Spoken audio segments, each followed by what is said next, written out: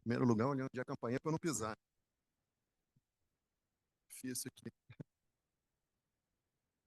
Bom, boa tarde a todos. Eu sou Ricardo Lima, intensivista, cirurgião geral. Estou aqui com o nosso presidente passado, Marcelo Maia, para moderar essa mesa. Queria agradecer a MIB e a IPMED, essa grande oportunidade de estar aqui. E nós vamos estar liderando aqui uma mesa sobre desafios das UTIs brasileiras, né? O que nos contam os dados, né? Vamos ver como intervir, né? Não é só ver e intervir. Então, vamos chamar logo o primeiro palestrante, Dr. Carlos Eduardo Brandão, lá de São Paulo, que vai nos mostrar como otimizar a duração da internação. Isso é uma pérola, né, que perseguido por desde gestores, né, Carlos Eduardo, até todos, famílias, médicos. Carlos Eduardo já está mostrando o seu currículo aí, né, graduado pelo Espírito Santo, e ele é executivo em gestão de clínicas e hospitais, trabalha como gerente de prática. A gente já trabalhou junto, mas com a separação, né, ele foi para o Total Care e faz essa parte de gestão de internações. Obrigado, Carlos.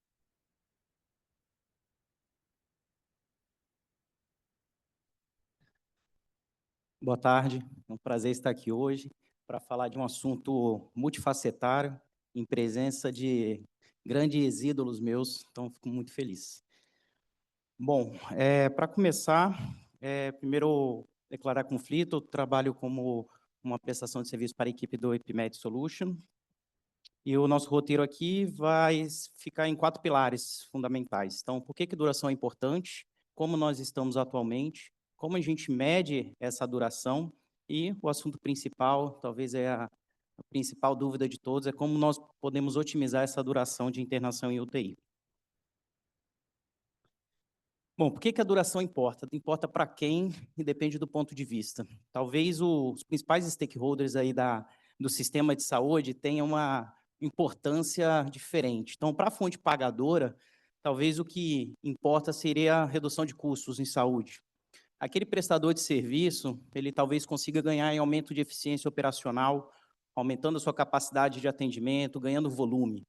Para os familiares, também é importante a duração. A gente tem redução de estresse, ansiedade, um retorno precoce daquele paciente ao núcleo familiar. Para o próprio paciente, que é, no fim das contas, para que nós estamos aqui hoje, a gente tem reduções de infecção, menor estresse psicológico, menor imobilismo, retorno mais precoce para as atividades de vida diária, melhor qualidade de vida. E para o sistema de saúde como um todo, obviamente, a gente tem maior disponibilidade de leito, propiciando maior volume de pacientes a serem atendidos. Então, a otimização da duração de internação ela não é sobre dinheiro, não é sobre custo, na verdade. Ela é sobre segurança e eficiência do sistema. Então, otimizar a duração ela não é um luxo, ela é uma necessidade. Talvez esse seja o principal recado. E uma frase que talvez venha martelando aí durante muito tempo, e eu acho que precisa reenfatizar, é que tempo é qualidade. Qualidade assistencial, qualidade de eficiência. Então, nós não podemos menosprezar a duração de internação e a busca da otimização. E como nós estamos hoje, né? Aqui eu trouxe os dados das UTIs brasileiras do tempo de duração bruto, né? Eu trouxe o do ano de 2024 aqui destacado, já que nós não finalizamos ainda o ano de 2025. A gente tem aí um tempo médio de todas as UTIs em torno de 4,6 dias, com uma tendência dos hospitais privados a serem mais baixos, 4,18, e os hospitais públicos em 5,68. Trazendo aqui também, talvez, não sei se todos conhecem, né, a duração ela tem uma fórmula de cálculo, que é paciente dia no período dividido pelo total de egressos. Pode parecer besteira, mas esse aqui é uma informação que poucos gestores sabem. E é importante ter isso para que a gente consiga traçar as estratégias que modifiquem, se nosso objetivo é diminuição da duração, tanto no numerador quanto no denominador. Como benchmark, a gente também tem dentro do IPMED Monitor a duração dividida por algumas regiões geográficas importantes. Por exemplo, o da América Latina, a gente tem 5,9, da Europa 4,3, os acreditados internacionais 4,8 e os top performing 4,3. Então, esse aqui é mais um benchmark. Bom, ok, a duração da internação bruta, a gente tem o tempo da média, mas é esse número que a gente tem que olhar? Ou a nossa UTI, a depender daquele número que a gente tem, 4,2, 4,6, 5, ele é um número que nós precisamos tomar decisão a princípio dele? Na minha opinião, não. Eu acho que a gente precisa ajustar. Eu acho que o Márcio explicou com clareza a diferença de dois modelos ajustados ao risco, que seria o TURP, ajustado pelo SAPS, onde que a gente tem a nossa taxa de utilização de recursos padronizados, e ele tem um cálculo um pouco diferente de modelos de S-Loss, que seria a nossa tempo de permanência esperado, mas é muito mais matemático. Acho que conceitualmente talvez ele traga uma ideia. Então a gente tem tanto o TURP, por exemplo, pelo SAPS 3, como a duração ajustada por gravidade, o nosso S-Loss, utilizando algum tipo de modelo de predição. Aqui a gente tem o modelo de predição do EPMED Solution, mas existem outros. A gente tem dos scores prognósticos, tipo Apache 4, alguns estudos específicos, tipo CCO-PMM.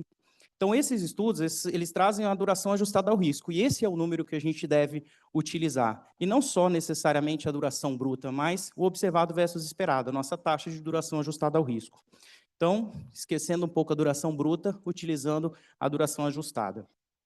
Aqui o trabalho dos colegas que estão presentes, obviamente, é a validação do modelo preditivo, do IPMED, utilizando as variáveis, principalmente variável ventilação mecânica, Glasgow, que talvez sejam as principais relacionadas ao modelo preditivo do IPMED, mas a gente tem outros também, por exemplo, do CCOPM, que nesse trabalho aqui ele traz um questionário interessante para quem trabalha com modelo de predição. Obviamente, a diferença e a dificuldade de fazer a predição entre sobreviventes e não sobreviventes. Existe uma diferença, obviamente, e os modelos estatísticos de predição eles têm essa dificuldade de tentar encontrar a solução para todos, né? De qualquer forma, a gente sabe que os modelos preditivos eles nos auxiliam a tomar a decisão. E como benchmark desse modelo preditivo, utilizando o observado versus esperado a duração ajustada, o TDIP, por exemplo, que seria a taxa de duração de internação padronizada, a gente tem alguns benchmarks. Aqui no modelo do EPMED Monitor, então a gente tem os Top Perform 0,92, acreditados internacional 0,95, o público aqui 1,02, talvez sofrendo menos interferência do SMR, por exemplo, como já foi colocado por outros colegas, e dos hospitais privados 0,94. Então, resumindo, né, a gente tem as vantagens da duração bruta, que é a facilidade de cálculo, mas, obviamente, não leva em consideração a gravidade do paciente. Assim, ajustada ao risco, obviamente, ela permite comparação em benchmark, ela é um pouco mais difícil de calcular e existem as limitações dos modelos de predição. E talvez aqui seja um ponto principal para quem é gestor. Muitas vezes a gente quer simplificar tudo, né? Quanto mais simples, mais fácil. Só que a gente precisa escolher qual é o que a gente precisa de simplicidade. E aqui, especificamente nesse ponto, talvez a profundidade da análise ela supera a simplicidade da medição. Ok, já vi, minha benchmark é maior do que o esperado, eu estou com TDIP alto, eu estou com algum S-Loss independente do modelo alto, o que que eu faço? E aqui, talvez seja a pergunta do milhão, porque não é simples, e porque não é simples, a gente tem 1 milhão de estudos mostrando 1 milhão de soluções, e, obviamente, tudo que tem várias soluções, não existe uma padrão, uma que dá a resposta. Então, eu trouxe aqui de uma maneira um pouco mais prática. Bom, eu defini que, talvez, para a gente entender melhor essa otimização, a gente precisa colocar em pilares, e dividir os pilares em ações. Então, o primeiro pilar é em que momento começa o processo de alta do paciente, e ele começa no processo de internação. Então, a alta do doente começa na internação. Obviamente, se ele está lá, nós precisamos ter os processos clínicos mais eficientes. Se nós tivermos algum tipo de tecnologia para nos auxiliar a tomar melhores decisões, nós conseguiríamos otimizar essa análise. E para sair o doente da UTI, que no fim das contas a duração é o tempo que ele fica, a gente consegue otimizar o fluxo de saída, a gente conseguiria diminuir a duração. Então, dentro do planejamento de alta mais proativo, que a gente fala que começa no horário da internação, a gente poderia resumir as estratégias em otimização do plano terapêutico, que é bonito, quem trabalha com qualidade e segurança adora esse nome, mas que é muito difícil de fazer. Bom, o principal é garantir o segmento do plano, em ter o plano e seguir. Então, partindo desse princípio, como a gente garantiria garantiria a otimização do plano? A gente garantindo a horizontalidade de cuidado. Então, uma coisa simples, final de semana. Final de semana é a principal quebra de cuidado dentro das UTIs. Então, é uma maneira de você garantir horizontalidade, é você garantir um processo dentro da unidade de terapia intensiva uniforme, independente de ser segunda, independente de ser sábado ou domingo.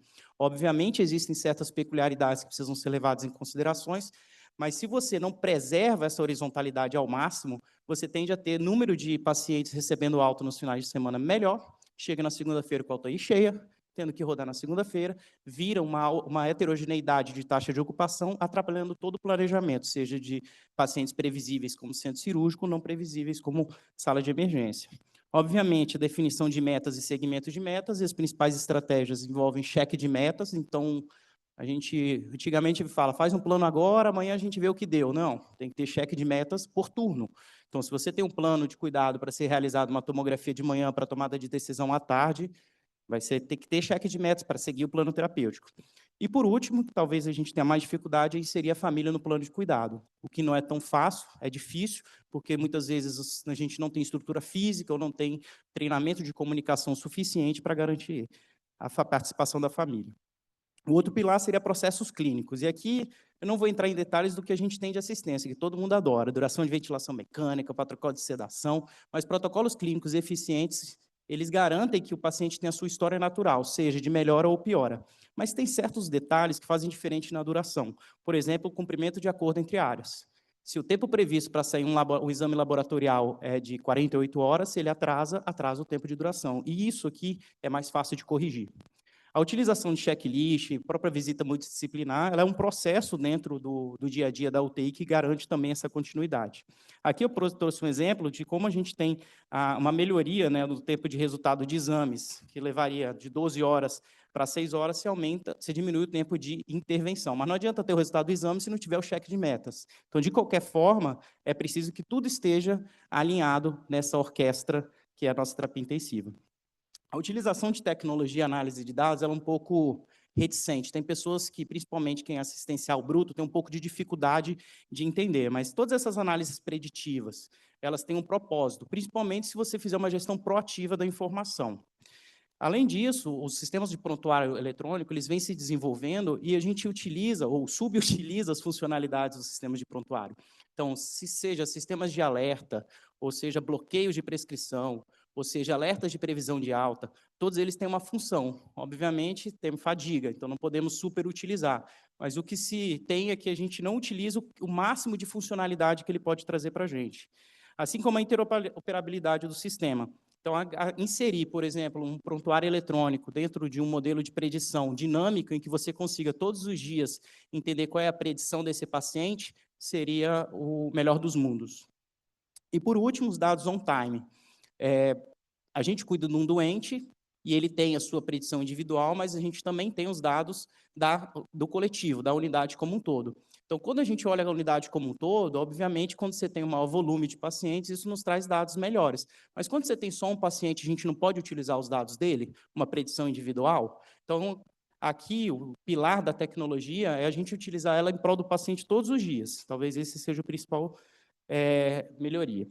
E, por último, otimizar o fluxo de saída. Esse aqui é o mais menosprezado, mas aquele plano em que você dá alta para o paciente, ele não demora a sair, ele sai rápido, predominantemente pela manhã, libera um leito, esse leito ao mesmo tempo, admitido um paciente mais precoce, evitando internação noturna, diminuindo evento adverso. Esse paciente vai ter mais horas de observação, no dia seguinte ele vai receber alta mais cedo e vira um ciclo virtuoso de funcionamento da UTI. Então, vira um fluxo. Talvez esse seja o menos visto dentro das unidades, porque a gente dá pouco impacto, mas se você tabula isso, você vê que o impacto é muito grande. E questões simples, como priorizar tarefas de alta do paciente, dar banho, ajustar comida, falar com a família, seja dos pacientes com previsão de alta no dia anterior ou aqueles que eventualmente têm alta no dia, eles também otimizam o fluxo e diminui a duração de internação. E aqui eu trouxe duas experiências, que seria a utilização do modelo preditivo, com a auditoria externa, que seria um processo de qualidade, na busca de que processos hospitalares impactam no tempo de duração, na correção desses processos e o ajuste de forma mais proativa. Então, aqui a experiência de dados não publicados que nós tivemos, onde que a gente utilizou, em uma série de unidades de terapia intensiva, a taxa de duração padronizada, aquelas que tinham mais que um, ou seja, tinha uma duração maior do que o esperado, utilizávamos auditoria externa de forma remota, respondendo a perguntas de plano terapêutico. Por que o paciente está internado? Por que se teve algo que influenciou o tempo de permanência? O que ocorreu para o plano terapêutico não ser seguido?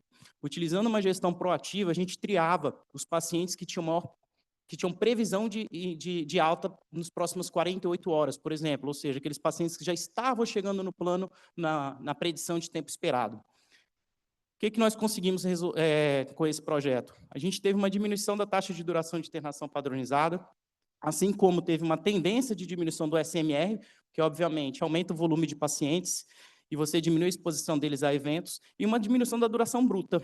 E qual foi o resultado que nós tivemos do ponto de vista financeiro? Uma diminuição em média de 11% das diárias esperadas, caso não tivesse tido a intervenção, no custo estimado de aproximadamente 2.300.000 em apenas 3 UTIs em 3 meses. Então, o impacto é muito grande. E quais foram os principais problemas encontrados? A ausência de leito em unidade de internação, atraso, aquilo que nós colocamos anteriormente, a otimização de fluxo de alta, atraso na realização de exames e procedimentos, infecções e eventos adversos.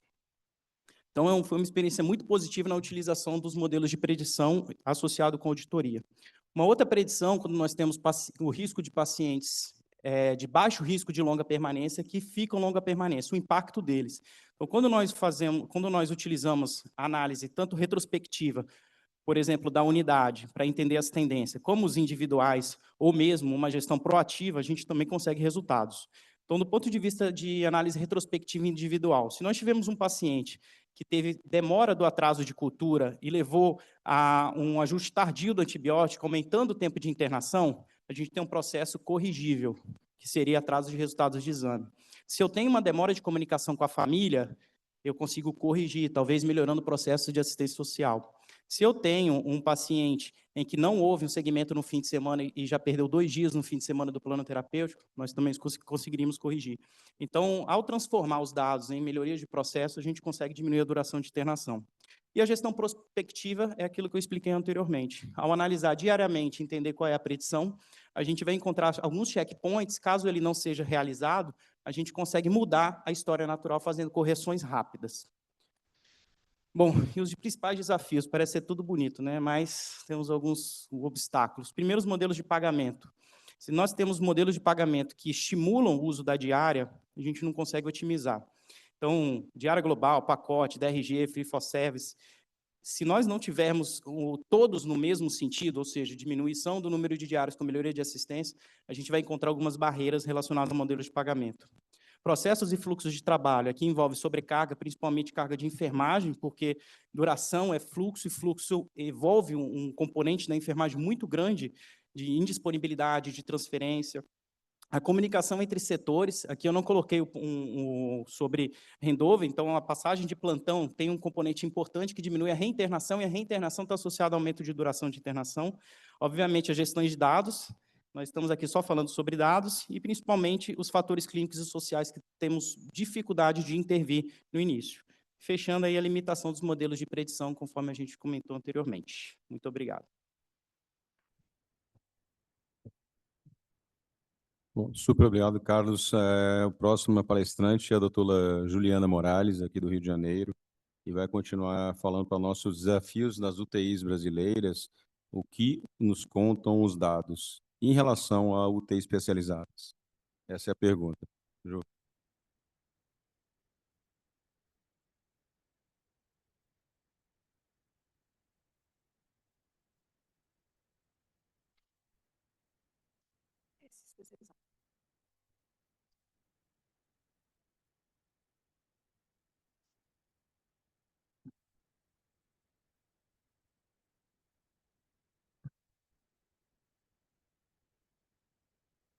Queria agradecer pelo convite, é uma honra estar aqui. É um desafio falar sobre UTI especializada e rapidamente eu descobri por que ficou para mim isso. Mas, enfim, nas UTIs brasileiras, dentro da nossa rede, a gente tem hoje em torno de 20% das UTIs são UTIs especializadas. A maioria delas são cardiológicas, mas depois disso vem as cirúrgicas e as neurológicas. Então, é um número considerável de UTIs especializadas. Em relação ao número de leitos, continua sendo uma proporção grande. São entre 4.500 e 5.000 leitos de UTIs especializadas no censo atual, UTIs brasileiras. Quando um grupo ou um hospital, uma rede decide fazer uma UTI especializada e pensa, bom, vou ter uma UTI especializada, isso faz muito sentido, né? Sentido do ponto de vista de concentrar todos os recursos que são necessários ali, então você não precisaria ter, por exemplo, uma unidade, né, em cada hospital para isso, então você teria dedicados todas as suas os seus recursos, tanto pessoas quanto, por exemplo, exames que você não usa para todos os pacientes, mas precisaria para aqueles pacientes, como provas tromboelastométricas, enfim, você concentraria ali todos os recursos, você conseguiria rodar processos internos mais homogêneos naquele grupo e treinar todo mundo e ter uma equipe muito bem treinada. Isso geraria oportunidades de você ter um centro de treinamento e preparar pessoas e talvez gere valor para quem enxerga isso de fora e para quem é o usuário do sistema. Então, ser uma UTI especializada não significa ter a placa ali, UTI especializada, tem muito mais coisas que representam isso. Mas, de fato, para o paciente, em termos de resultado clínico, isso é melhor? E essa é a pergunta que motiva aí algumas discussões sobre a pertinência ou não de UTIs especializadas. Eu trouxe, então, alguns resultados do ano de 2024 das UTIs brasileiras e peguei um exemplo de cirurgia oncológica bem definido, então, é uma duodeno-pancreatectomia, uma cirurgia de grande porte. Como é que elas foram realizadas, então? Para cada uma realizada numa UTI especializada, 5 foram realizadas em UTIs não especializadas. O tempo de permanência na UTI foi um pouco maior nas UTIs especializadas, mas nas duas, a mortalidade padronizada pela gravidade dos pacientes foi um SMR bem acima de 1, e não vejo muita diferença. Quando a gente pensa, então, num outro exemplo, de uma outra UTI especializada, e trago aqui, então, o paciente clássico, uma insuficiência cardíaca descompensada, para cada um paciente atendido numa UTI especializada, outros 3 foram atendidos em não especializadas. E eles tiveram um tempo equivalente de permanência na unidade, com os 2, uma mortalidade pela gravidade abaixo de 1. Olha que interessante. E aí a gente fala sobre as neurointensivas, e eu peguei o exemplo, então, da hemorragia subaracnoide. Cássia, não briga comigo. E aí a gente tem, então, para cada um paciente internado na UTI especializada, outros 6 internados em UTIs gerais. Então, parece muito claro aqui, mostrando esses 3 exemplos, que é difícil a gente ter UTI especializada suficiente para atender todos esses pacientes, que seriam os pacientes que se beneficiariam desse tipo de cuidado especializado. O tempo de internação foi parecido e o SMR também muito parecido para esse grupo de pacientes.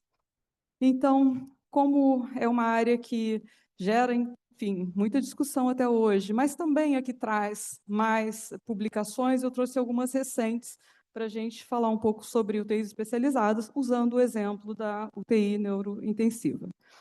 Então, num padrão, falando de um modo bem geral, usando essa meta-análise que é de 2022, sobre resultados em pacientes neurocríticos, a gente vê uma redução de risco de morte e de piores desfechos funcionais, e favorecendo UTIs especializadas, sem diferença em tempo de permanência, mas o que limita essa conclusão toda é a heterogeneidade, muitos confundidores. Quando se estudou por grupos de causas de internação, o AVE hemorrágico foi o único em que realmente houve diferença significativa quando se avaliou mortalidade nas UTIs, favorecendo as UTIs especializadas. Uma outra perspectiva, esse survey tratou, então, de como são organizados os cuidados para pacientes neurocríticos em países de baixa e média renda, e a gente vai se aproximando, então, da gente. Foram 42 países, grande variabilidade de estruturas e processos implementados nesses centros. E aqui, quando a gente vê por subgrupos de faixa de renda, a gente vê que tem uma tendência a ter uma maior frequência, então, de protocolos especializados implementados em países upper middle income, em relação aos outros. E aí eles estudaram também os UTIs especializadas e não especializadas, e aí essa resposta é uma resposta um pouco mais esperada, e em UTIs especializadas a gente tem, então, protocolos específicos mais bem implementados, com uma frequência maior, pelo menos. E aí, finalmente, a gente chega ao Brasil. Esse estudo de 2023 foram 36 UTIs, não necessariamente especializadas ou não, elas não estão categorizadas assim. Pacientes incluídos durante 30 dias, e aí um estudo que descreveu os pacientes neurocríticos nessas UTIs e seus desfechos de 30 dias. O material suplementar desse artigo é uma preciosidade, ele descreve esses centros de um jeito muito bacana, e aí ele descreve, então, o que tem de disponibilidade, por exemplo, de recursos de imagem, de tomografia, por exemplo, 94%, cai para 54% de disponibilidade ampla para ressonância magnética. Aqui o número de intensivistas titulados, 97% dos centros, mais disponibilidade, por exemplo, de neurologistas, 83%. Outro dado que chama atenção, e que aí é uma referência também para o estudo anterior que a gente viu, é que protocolos gerais de terapia intensiva estão implementados com muita frequência nesses centros, mas mesmo em centros que tratam pacientes neurocríticos, a gente vê uma frequência menor de protocolos especializados. E aí eu fiz o recorte nesse estudo, os resultados para HSA, tinha um SAPS mediano de 48, tempo de permanência na UTI de 11 dias e uma mortalidade em 30 dias de 24%. E aí a gente volta aqui para os nossos resultados, eu acho bem parecidos, o tempo de permanência, o SAPS-3 aqui próximo, 48%, 50%, e o óbito, que aqui é hospitalar, 33%. Mas eu acho que a gente tem que sair dessa discussão do onde é melhor o paciente estar, porque, aqui uma opinião, eles nem sempre vão poder estar no centro especializado, porque a gente não tem como atendê-los todos em centros especializados. E aí, o que é importante contextualizar quando a gente vê esses resultados? O perfil de pacientes provavelmente é diferente que está num centro e outro, com necessidades diferentes e timing diferente de chegada. É muito possível que você tenha selecionado um paciente que tenha ali um tumor um pouco mais inicial, delimitado, para ser tratado no centro oncológico especializado.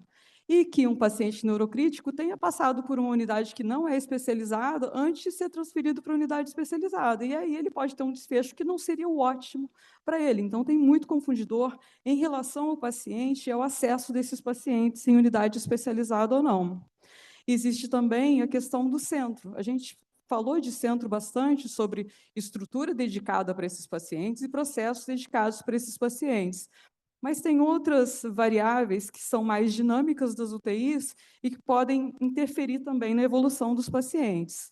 Em relação ao volume, tem uma discussão grande, mas, enfim, para vários tipos de cirurgia e para vários grupos de diagnósticos, a gente tem centros que atendem maior volume de pacientes, mostrando melhor resultado para esses pacientes, provavelmente porque são equipes, então, que têm processos mais definidos e que já estão mais hábeis no manejo desses pacientes. Então, esse é um confundidor importante. De repente, você tem unidades que não são especializadas, dedicadas, mas têm um volume muito alto de pacientes. Então, como você compara essa unidade com uma não especializada, como uma especializada? O outro ponto que a gente tem sempre que pensar nessas discussões é o strain. Então, quando eu tenho uma unidade muito especializada, é possível que ela funcione sempre com pacientes muito graves o tempo todo, e aí tem esse termo que é strain, que é a capacidade maior né, uma demanda maior do que a capacidade de atender aqueles pacientes naquele momento. Isso não é dado só pela taxa de ocupação, mas pela gravidade, pela frequência de pacientes mais agudos ou que precisam de suporte orgânico invasivo, e unidades que concentram esses pacientes têm mais strain e uma tendência a não ter os melhores desfechos em relação ao que elas poderiam resolver. Então, a gente tem aqui pacientes diferentes, que a gente não sabe em estudos retrospectivos como foram selecionados. Essa transferência que pode ter de um centro para outro gera esse viés que é bidirecional. Então, um centro não especializado que transfere um paciente para um centro especializado, ele vai ter um desfecho alto, e o centro especializado que recebe esse paciente com um timing pior. E a gente tem aí as características organizacionais que a gente já viu, que vão muito além do que a gente vê, além de estruturas e processos. E a mensagem final é que a gente pode usar isso tudo e esse exemplo, né, do que a gente tem de informação em neurointensiva para entender melhor os resultados que a gente encontra quando compara os nossos resultados, para considerar essas diferenças de contexto, tanto para interpretar o que tem de evidência, quanto para desenhar os próximos estudos, e pensar que a gente pode estudar diferentemente esses cenários, o especializado e o não, quando a gente vai implementar melhorias considerando cada um. E aí, enfim, para fechar aqui, essas duas redes diferentes também podem se apoiar, e a gente deveria pensar em formas melhores de fazer tanto uma referência e transferências, por exemplo, mais ágeis, quanto equipes mais móveis ou centros de referência treinando e melhorando processos para serem implementados em centros não especializados. É isso. Obrigada.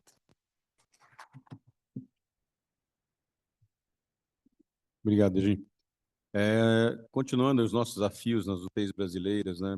Vai falar para nós agora a doutora Viviane Veiga, de São Paulo. Ela vai sair no sinal online e ela vai falar sobre gestão clínica de leitos.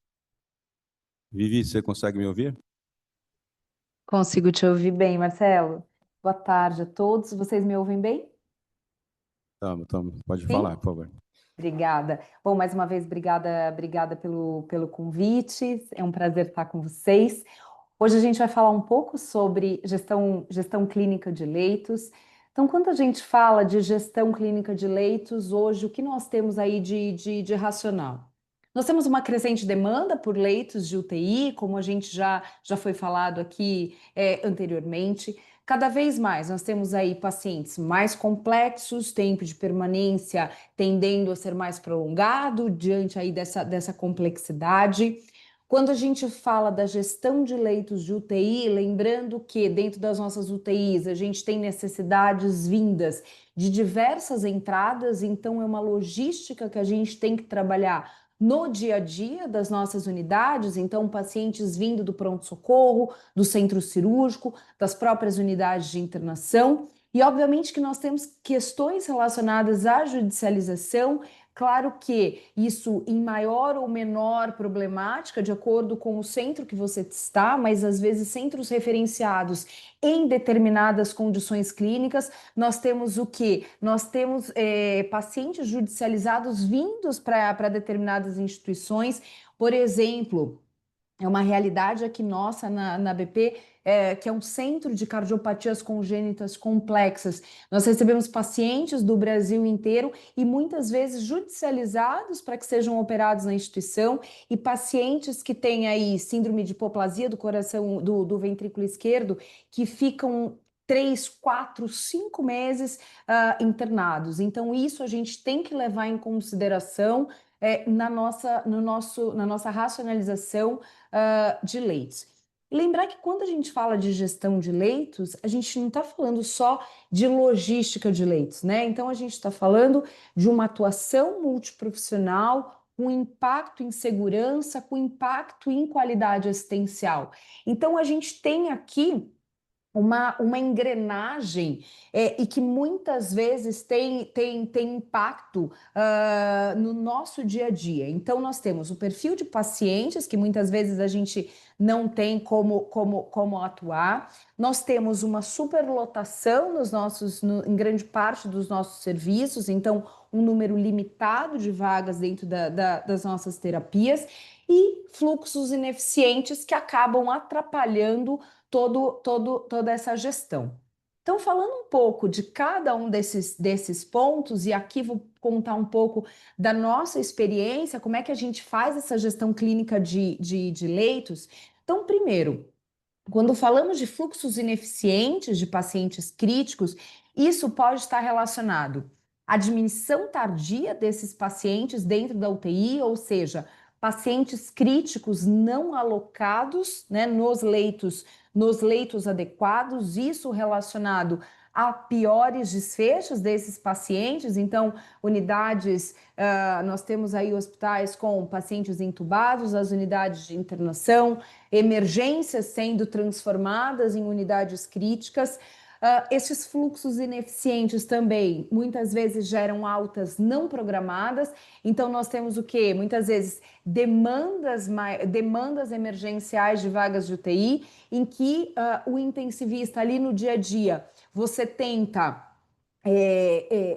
adiantar, né? Acho que esse seria o termo, adiantar uma alta, ou seja, uma alta não programada. Então, esse paciente que vai para uma unidade de internação não em condições ideais, obviamente tendo também um aumento do número de readmissões precoces das unidades. E nós sabemos que readmissões dentro da terapia intensiva também estão relacionadas a piores desfechos. Então, quando a gente fala de estratégia de gestão clínica de leitos, aqui eu trouxe muito do que a gente faz aqui na BP para essa gestão clínica. Então, é fundamental a gente ter protocolos de admissão e alta da terapia intensiva, não só da terapia intensiva, como também nós temos da unidade de step down, da nossa unidade de semi-intensiva. Então, isso é importante. Protocolos com critérios de acionamento do time de resposta rápida. Então, nesse conceito que fora do Brasil a gente já tá bem estabelecido e muitos dos serviços brasileiros já com times de resposta rápida, sendo capitaneados por intensivistas. Então, aqui, nosso time de resposta rápida, ele tem a liderança de intensivistas, e isso, qual que é o objetivo? É de ter o olhar do paciente crítico, de ter o olhar da tomada rápida de decisão.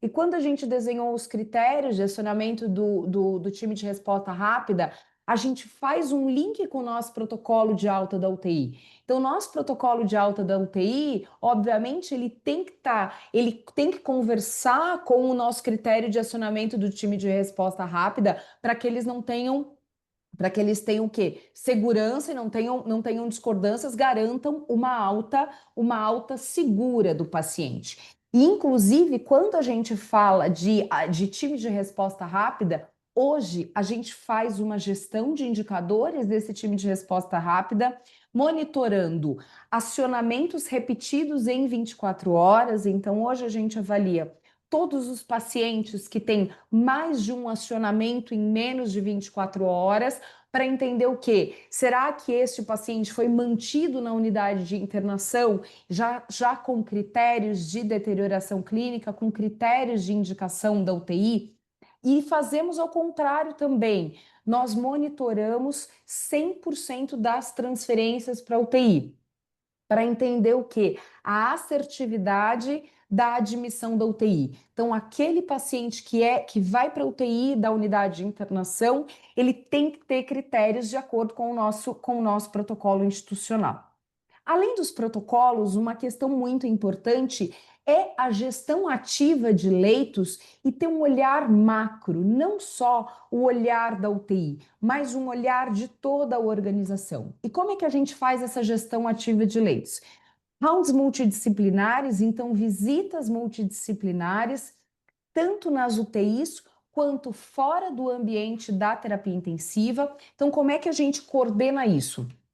Nas UTIs, visitas multidisciplinares 7 dias na semana, fora das UTIs, então visitas clínicas multidisciplinares nas unidades de internação. Nós estabelecemos critérios onde há uma coordenação médica que passa visitas nas unidades de internação de acordo com critérios pré-estabelecidos, então não é 100% dos pacientes das unidades de internação que nós passamos visita multidisciplinar, mas nós temos aí critérios estabelecidos. Então, por exemplo, se esse paciente teve um acionamento do time de resposta rápida nas últimas 24 horas, ou se esse paciente veio da UTI ou de uma unidade de semi-intensiva nas últimas 24 horas, ele passa uma visita multidisciplinar. Isso fora a visita dos seus médicos titulares e assistentes, a gente tem ali um olhar da gestão de práticas médicas. Outra questão também que nós adotamos já há aproximadamente 2 anos aqui na unidade, e aí vem de um conceito do Red Green Bad Days. Então, o que é esse conceito do Red Green Days? É um conceito do dia verde e vermelho. Então, todos os dias, a equipe de enfermagem da unidade, ela classifica esse paciente. O que é um paciente no dia verde? É um paciente que ele tem critérios para estar internado naquele dia. O que é um dia vermelho? É o que não se justifica a internação dele na UTI, ou seja, um exemplo claro, ele tem necessidade de fazer uma ressonância de controle de um pós-operatório de uma neurocirurgia, mas a ressonância é programada para dali 48 horas. E que hoje ele fica deitado no nosso leito sem nada que o justifique a não ser essa ressonância. Então, esse é considerado um dia vermelho. Então, o que a gente faz? Como que a gente faz a gestão do Red Green Day? A gente avalia 100% também dos pacientes nas unidades de internação e também é feito nas UTIs e vê quem destes pacientes temos em dias vermelhos que a gente pode tentar converter para verde naquele mesmo dia. E isso a gente tem inúmeros modelos de atuação, seja por uma marcação de exame, seja por uma medicação, seja por um manejo clínico. Então, aqui a gente faz uma intervenção via práticas médicas da instituição, junto aos setores, para a gente considerar, para a gente minimizar o número de dias vermelhos na unidade. Além disso, a gente tem trabalhado, e isso é um desafio, principalmente em hospitais de corpo clínico aberto, corpo clínico mais heterogêneo, né, que tende a ser mais heterogêneo, é a previsibilidade de alta. E isso tem que estar alinhado com o gerenciamento de leito. Quando a gente fala em previsibilidade de alta, aqui a gente vai considerar o quê? Desde o momento da internação, esse paciente ele já tem que ter uma previsão de alta, mas a gente tem que lembrar o quê? De diariamente rever essa previsão de alta para ver se está adequado ou se a gente precisa revisar. Isso é muito importante para a gente garantir todo esse fluxo de gestão de leitos. As unidades de step-down, as unidades de semi-intensiva, elas nos ajudam nessa gestão de leito como uma unidade intermediária para estes pacientes críticos. Aqui é um exemplo como é que a gente faz o Red Green Day, então, na terapia intensiva. Aqui é um exemplo prático. Então, por exemplo, um paciente com choque séptico em uso de noradrenalina, ele tem por que estar ali. Então, é um paciente que está com dia verde.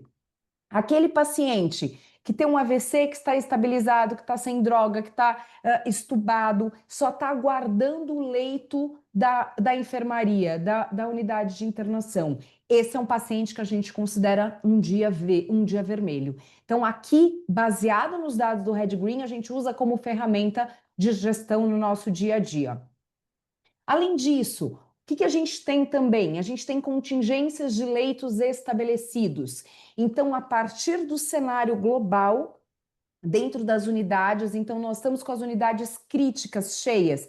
Quais as nossas contingências? Então, aqui é importante, e isso ajuda nessa gestão clínica de leitos e ajuda na segurança assistencial, a gente ter contingências desses leitos. Então, onde que a gente pode abrir leitos críticos, aonde a gente pode utilizar, por exemplo, como ferramentas para esses pacientes críticos. Então, aqui é importante, por exemplo, onde nós temos no pronto-socorro, na emergência do pronto-socorro, nós temos os leitos de contingência. Então, aqui é importante cada instituição conhecer os seus, de ter essa contingência estabelecida.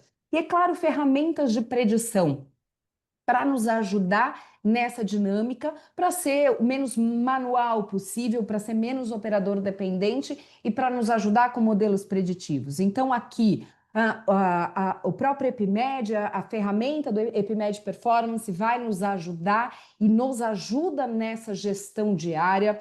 A gente também utiliza em pacientes cirúrgicos a calculadora de risco da Sociedade Americana de Cirurgia. Então, esse é um trabalho também que a gente está começando a trabalhar aqui dentro da nossa unidade, para a gente ver também a utilização de novas ferramentas para utilizar esse modelo preditivo.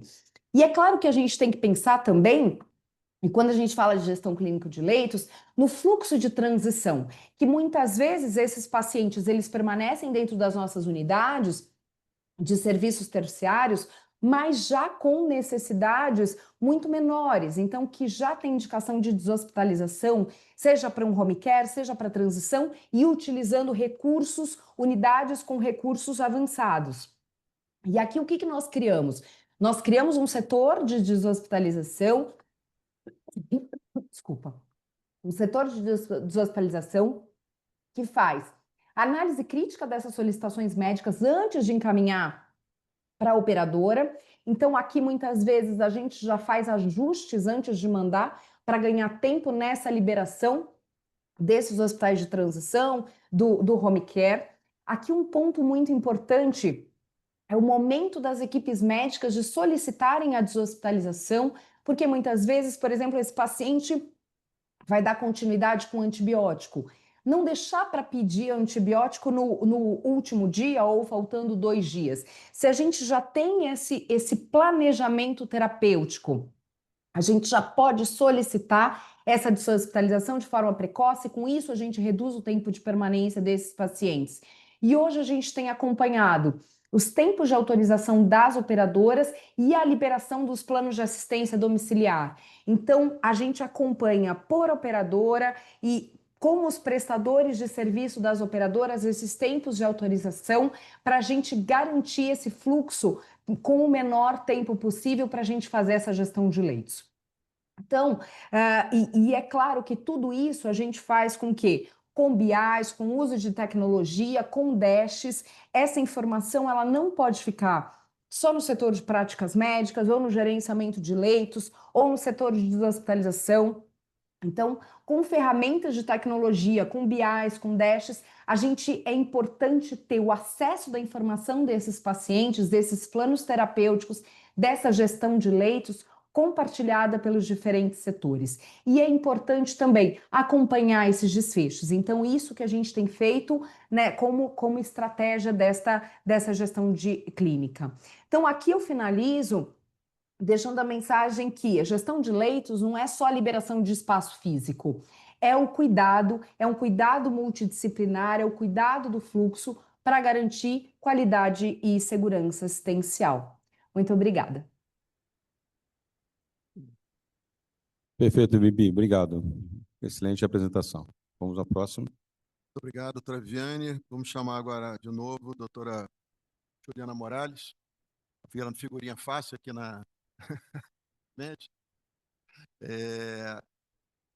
Juliana Morales vai falar uma pergunta muito interessante, responder: há lugar na UTI para pacientes menos graves, né? Ou talvez até dizer, se não há lugar, aonde vão os pacientes menos graves? Então, eu não me lembro de uma vez que a gente tenha sentado para falar sobre nossos pacientes, Brasil, e alguém não ter falado: nossa, mas a gente cuida de pacientes muito pouco graves, né? Como é que é isso? O Brasil é realmente diferente, são pacientes que não deveriam estar na UTI, é sempre uma angústia, assim, de todo mundo. E aí eu vou falar um pouco sobre esses pacientes menos graves. Já existia uma percepção, isso é um estudo de 2016, que as UTIs atendem proporções diferentes de pacientes mais graves e menos graves, e essa é a figura. E nesse estudo foi observado que mesmo que UTIs, que eram top performers, que tinham excelente desempenho global, às vezes não tinham bom desempenho para pacientes menos graves. Isso é uma preocupação que vem desde lá. E quando a gente falar, de agora para frente, pacientes menos graves, são pacientes de baixo risco, ou seja, probabilidade de óbito pelos scores de gravidade menor ou igual a 3%. E quem são esses pacientes nas UTIs brasileiras? Olha isso. Eles correspondem a 1/5 dos nossos pacientes. 21% dos pacientes hoje internados em UTIs brasileiras são pacientes que têm probabilidade de óbito menor que 3%. Vamos conversar um pouco mais sobre isso. Tem uma dúvida que é a seguinte: se eu tenho um paciente com baixa probabilidade de risco de óbito, né, e eu aloco esse paciente numa unidade que tem pacientes muito graves, esse paciente pode ter um pior desfecho? E é uma dúvida razoável, né? Ele seria não priorizado numa situação, em algum evento, né, no cuidado, ou submetido a mais intervenções, um cuidado mais agressivo, com potencial de mais complicações. Então, essa pergunta, como esse desfecho do paciente menos grave pode ser afetado pela média da gravidade dos pacientes que estão na UTI onde ele foi alocado? E aí esse conceito, acuity, é um conceito sobre a UTI. Então, uma UTI com alta acuidade seria uma UTI onde a média da gravidade dos pacientes naquele momento é muito alta. Tá? E esse estudo de 2018, com pacientes e UTIs norte-americanas, tinha exatamente essa pergunta, né? A gravidade dos pacientes que estão ali pode prejudicar ou piorar o resultado dos pacientes pouco graves? E a resposta, né, o resultado deles foi muito interessante, porque o que eles observaram é que em UTIs em que os pacientes eram muito graves, os pacientes menos graves tinham melhores desfechos em relação às outras. Então, isso é um resultado intrigante. Esse mesmo grupo buscou, então, algumas respostas. O que podia mediar esse melhor resultado das UTIs que eram compostas, que cuidavam de pacientes mais graves?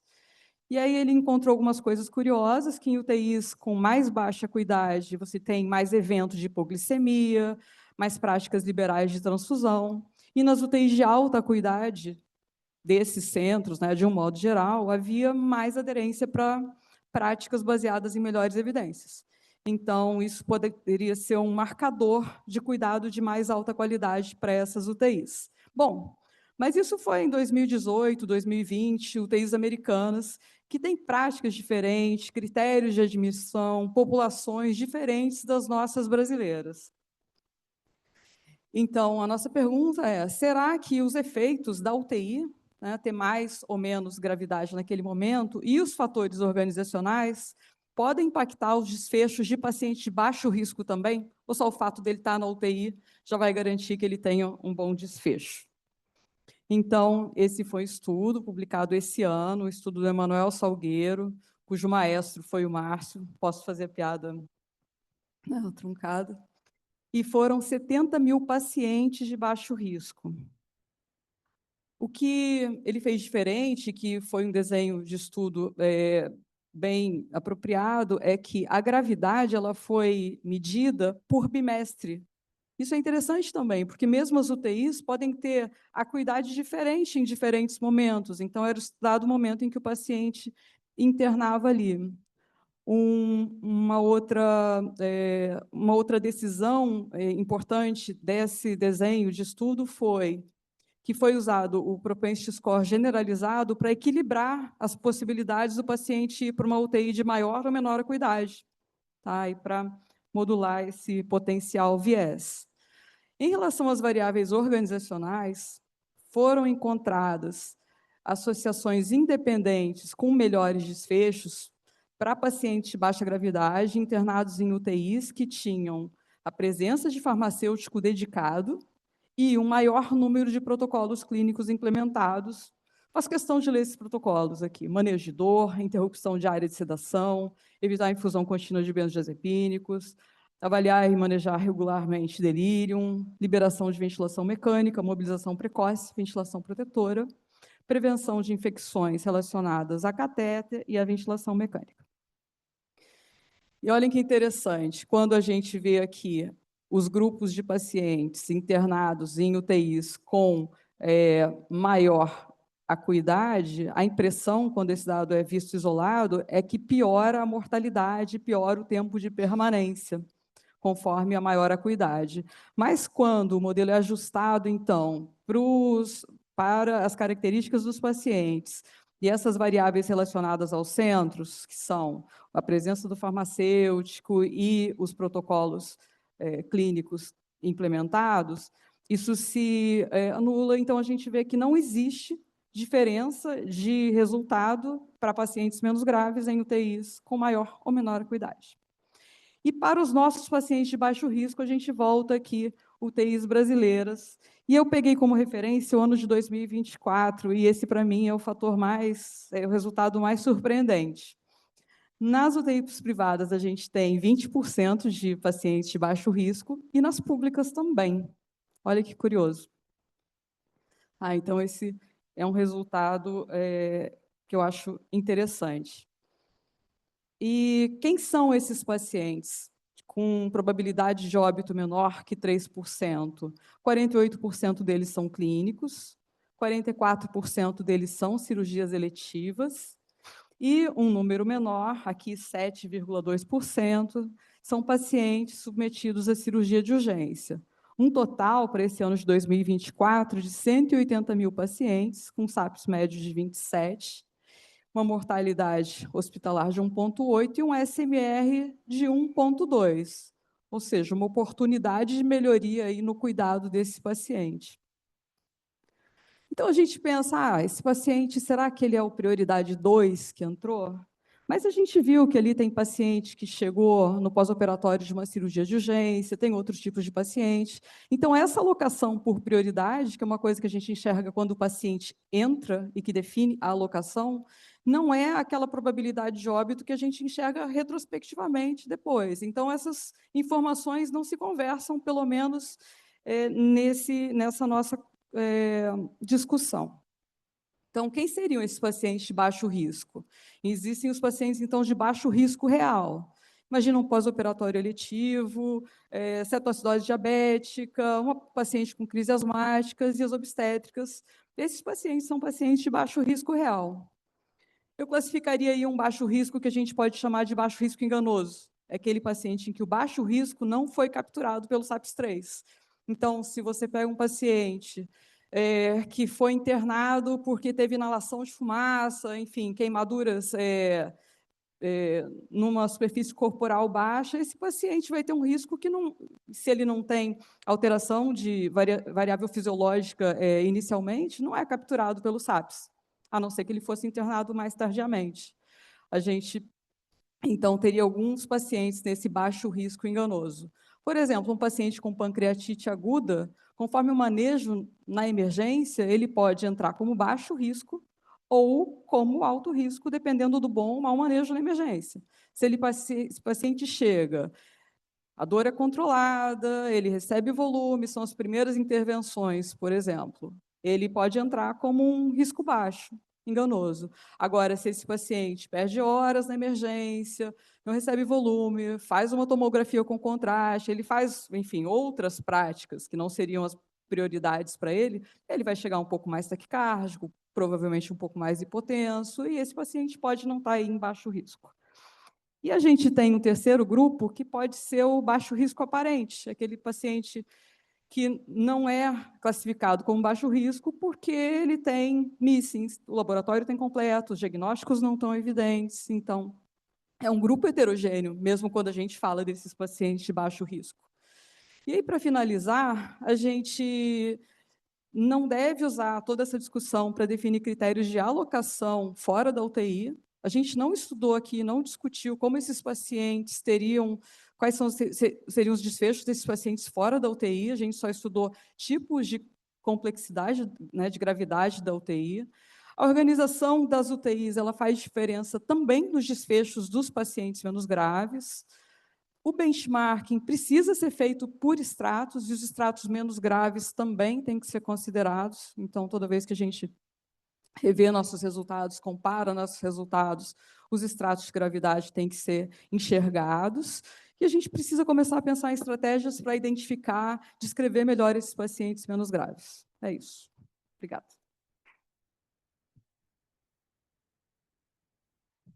Obrigado, Juliana. Obrigado, os palestrantes cumpriram muito bem o horário, então a gente está com tempo para pergunta.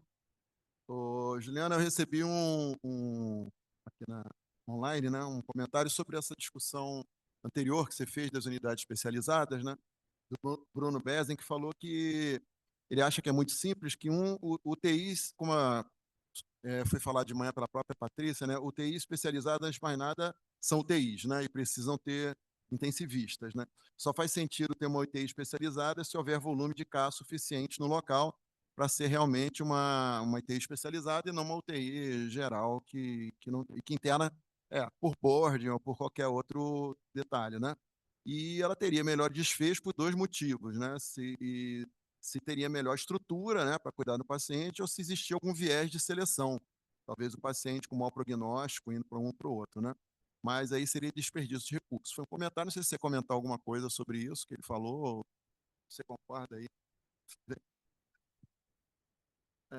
Foi Bruno Bezzi que falou, tá?